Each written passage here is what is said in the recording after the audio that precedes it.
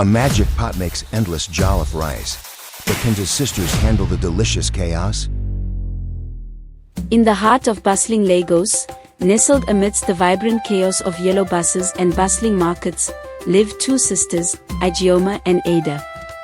Ijeoma, the elder, possessed a sharp mind that could unravel the most complex problems, but her intelligence was often tainted by arrogance. She looked down on others, convinced of her intellectual superiority. Ada, the younger sister, was known for her kind heart and sweet disposition. She treated everyone with respect and warmth.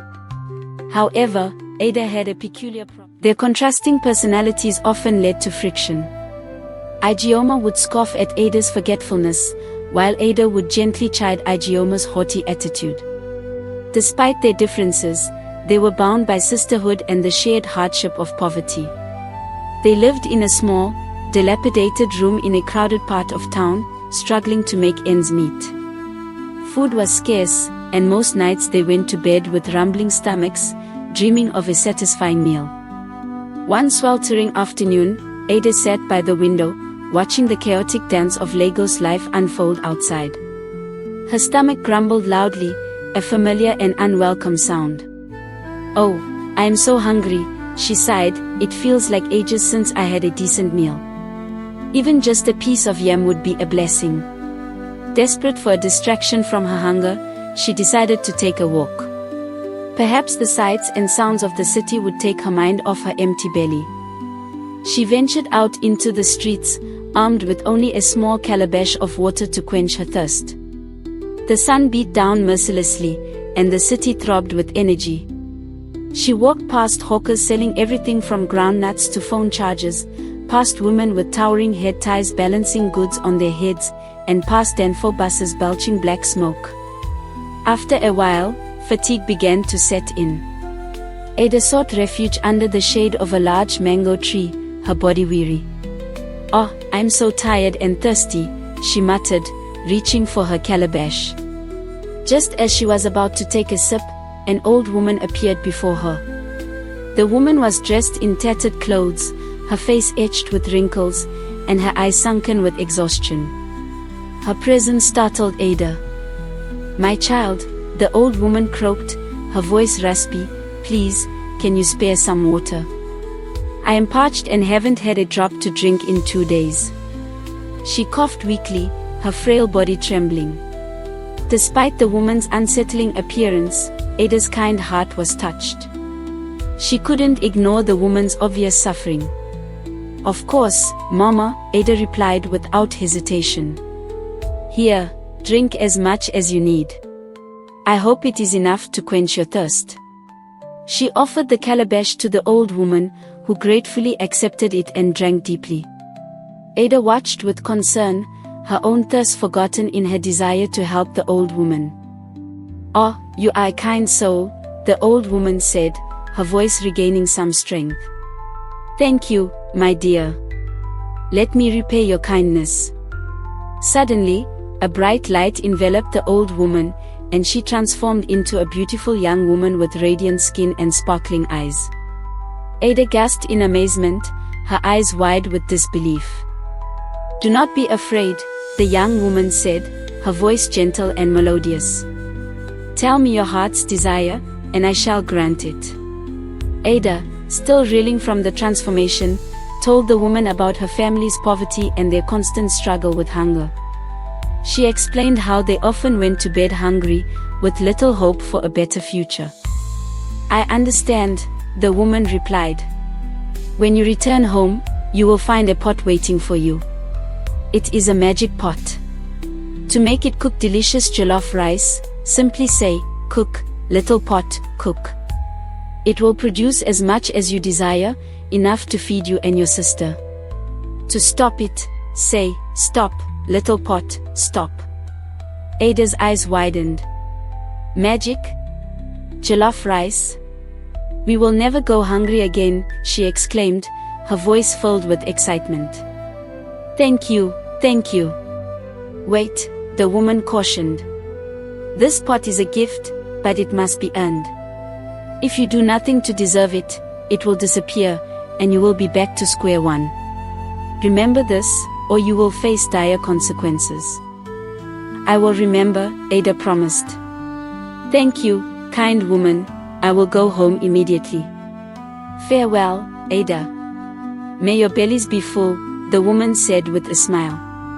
Wait, Ada called out, how do you know my name? But the woman had vanished, leaving Ada alone under the mango tree, her mind buzzing with excitement and anticipation.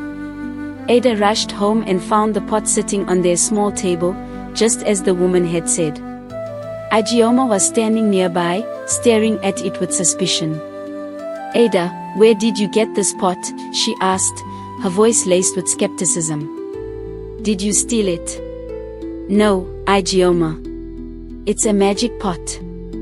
It will feed us forever. Ada replied, her voice bubbling with excitement. Ijeoma rolled her eyes. Magic pot? Ada, you are more foolish than I thought. We have no food to put in the pot. Are you saying this pot can create food from thin air?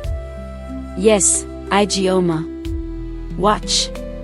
Ada placed the pot on the floor and chanted, Cook, little pot, cook. Immediately, the pot began to bubble and hiss, and the aroma of delicious jollof rice filled the room.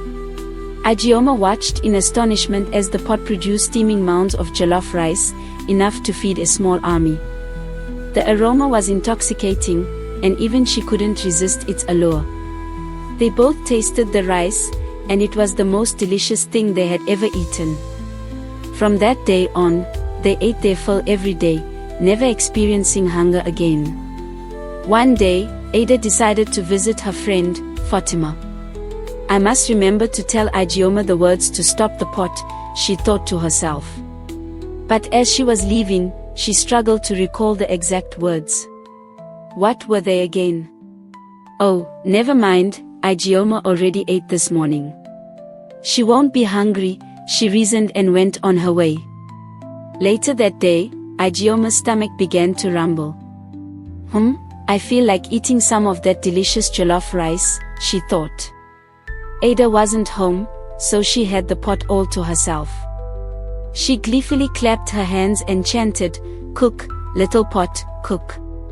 The pot immediately started producing jollof rice, filling the room with its tempting aroma. Ijeoma ate and ate until she was completely full. Ah, that was delicious. Now, I need to stop the pot, she said to herself. But what were the words? Stop cooking, pot. No, that's not it. She tried different phrases, but nothing worked. The pot continued to churn out jollof rice, overflowing onto the floor and filling every corner of the room. Panic began to set in. Meanwhile, Ada returned home to a chaotic scene. Jollof rice was pouring out of the door and windows, a river of red and orange engulfing their small compound. What is going on here? She exclaimed in dismay. She pushed open the door and saw Ijeoma frantically trying to stop the pot, which was relentlessly producing more and more rice. Ada. Help me. I can't stop it. Ijeoma cried out. Ada quickly remembered the correct phrase and shouted, Stop, little pot, stop. Immediately, the pot ceased its cooking, and the flow of jollof rice stopped. Exhausted and covered in rice, they both sighed in relief. They learned a valuable lesson that day about the importance of sharing, listening, and using their gifts wisely. From then on, they used the magic pot to feed the poor and needy in their community, earning the pot's magic and bringing joy to everyone around them.